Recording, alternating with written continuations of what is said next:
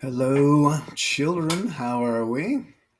It is Poketracks. I am Jay. We are back for another video that we're still learning how to do.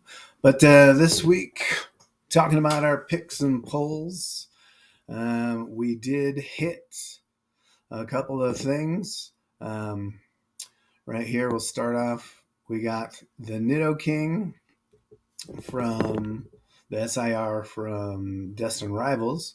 I was at work the other day and went down to Starbucks, and there's a GameStop near there, and all they had left were 3 packs of sleeve Destined Rivals. And so I said, sure, I'll take them, have them with a little cup of coffee and a coffee cake. And the last card of the last pack magic, we pulled the Nidoking SIR. And really, I down below you can see I yesterday got the Arvin's Mabostiff full art trainer, and that's really the only SIR I haven't hit from Destined Rivals. I've got everything else I've showed you in the videos before. I've been really lucky. I mean, I bought a lot of Destined Rivals, but first box, right? We hit the Mewtwo. I've had 2 Cynthia's Garchomps. I've had 2 Crobats. I have the Moltres. I have Ethan's Ho-Oh. Don't have Ethan's Adventure yet, but eventually we'll get that, I'm sure. But my son really likes the Nidoking, and that's a nice card. Couple other, the biggest one of the week right here, the Mew. Just got that today. Drove down about half an hour to make a deal for that.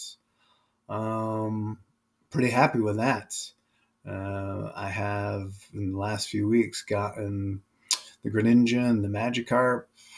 Hit the only thing I don't have is the Sumbreon, but I don't really care about the prismatic stuff so much. Not a huge, don't mind the evolutions. Like I have the Espeon from the VMAX from Fusion Strike. But the Magikarp and the Mewtwo seemed right. I'm pretty happy with those. And there we got the Mew. It's really a beautiful card. Simple, weird, a little other, Pokemon in there.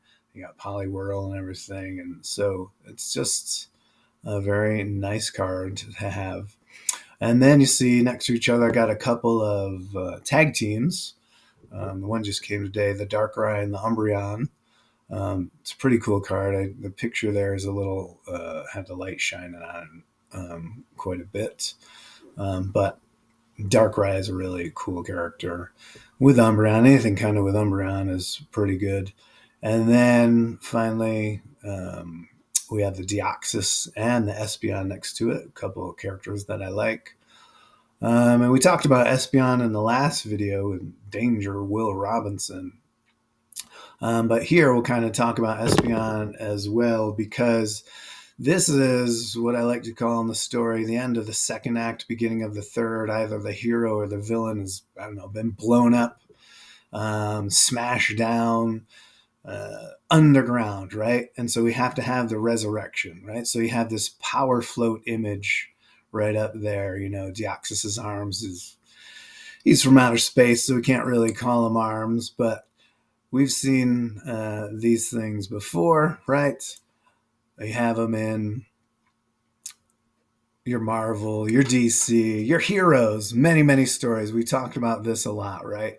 The creation of culture by adding on to stories and adding on to stories and adding on to stories. And here we have a power float image right there.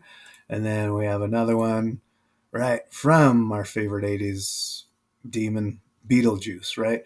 Comes out of the ground, and this is just what I like to call shit's about to go down, right? Because when we see this character enter here, somebody's going to be in trouble. So again, we have the arms outstretched. And so I like to ask my kids in class, so what does that remind you of? Floating up above, the feet close together, got the arms outstretched. What kind of character is that? We'll wait for you out there in YouTube land. What do you think? That's right. It's a Christ-like character. So we have him coming to save the world, to save the situation.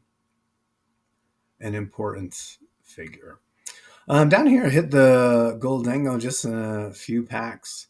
I don't really understand the Gholdengo as a character. I don't really like him all that much, but hit that SIR as well. And then I got the Sunflora, hadn't had that. So that's cool. And Ogerpon, I've had that one before, but I just happened to hit that this week. So I got that. Let's see. And then, so there's a little bit better picture of the Deoxys Espeon there. And again, you can see this is a little more colorful. I didn't mean, this is really the only way to get a great picture is to kind of take it from the TCG site. And so the cost, I'm not really trying to show the cost. It doesn't really matter. Got it for market price.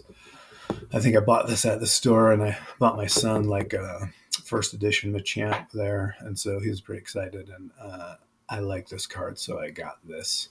They didn't have any other packs or anything to buy, so said, why not? But again, that form, very important in stories and literature.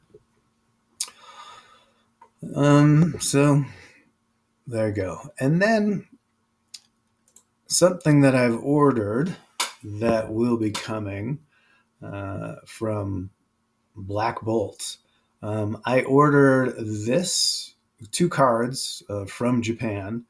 Don't normally collect Japanese cards or anything like that, but guess why I ordered this one? Favorite artist? That's right, Shinji Kanda, and it's a Seismitoad. But if you look at the art, right, it's just like, again, very cool, very reflective of his style. Sort of like if the toad were from South American jungle or something like that, and you lick it and go on a trip, have some hallucinations, some visions, maybe again, religious experience like with the Deoxys figure. So a lot going on there. So I got a couple of those coming. They're coming from Japan, so it's not going to be until like the middle of July. So we shall see. But I'm not super excited for Black Bolt and White Flare. I have, I was lucky enough to get a Pokemon Center ETB for both of them, ordered those.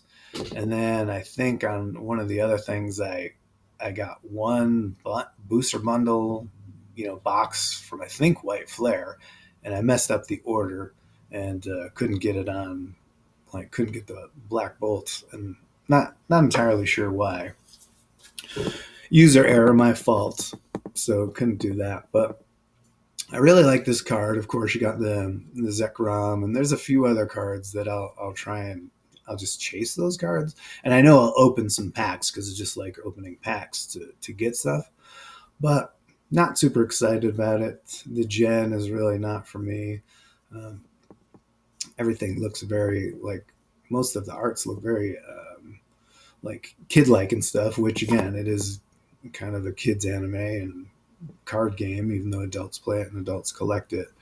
But it's really just not my favorite. So, but we're looking at the Seismitoad, and next week I'm going on vacation, so it might be a while before I make another video. I know my 2 or 3 subscribers, you'll be crushed, but it'll be a little time, and then I have another big card from the Sword and Shield era coming, and maybe you can guess what that is, for me displaying who I like and what I like, here showing you this, and I'll make a little video about that as well and see if I'm going home to New York.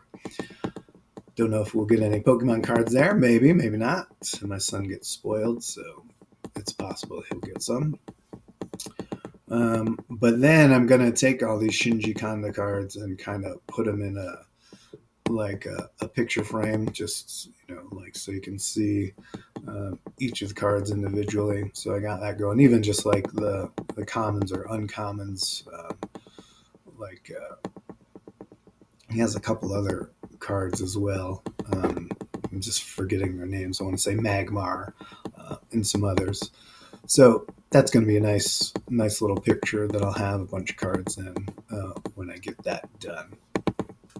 So if you like hanging out, talking a little Pokemon, a little art, a little story, a little culture, give us a like, subscribe, hit that thumbs up button as we look at some of the important cards we got this week or that we talked about this week.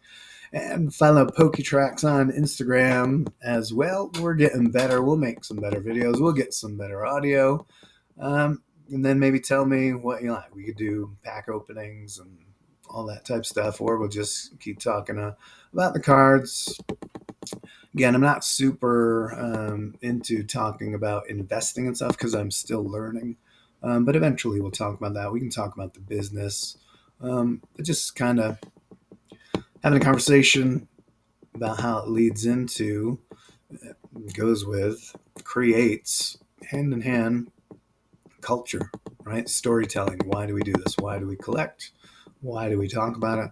Why do we have a Pokemon culture that we all want to be a part of? All right. So, PokeTracks out.